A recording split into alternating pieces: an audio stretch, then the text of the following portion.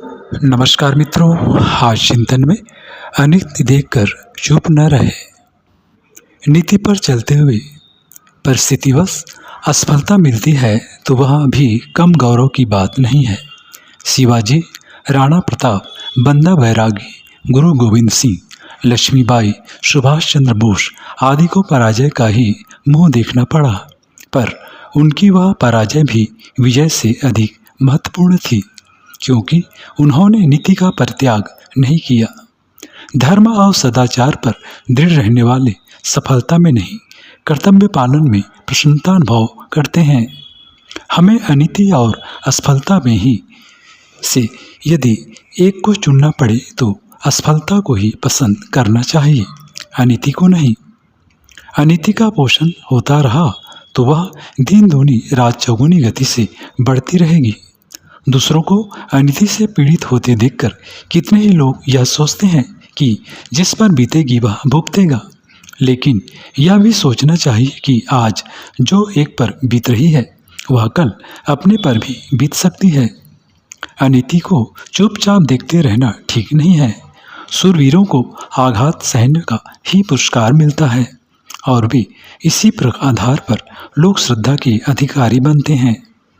जिसे हम बुरा समझते हैं उसे स्वीकार न करना सत्याग्रह है, और यह किसी भी परिजन, संबंधी या बुजुर्ग के साथ किया जा सकता है। इसमें अनुचित या अधर्म रत्ती भर भी नहीं है। इतिहास में ऐसे उदाहरण पग पग पर भरे पड़े हैं।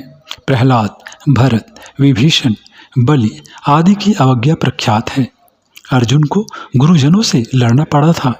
मीरा ने पति का कहना नहीं माना था।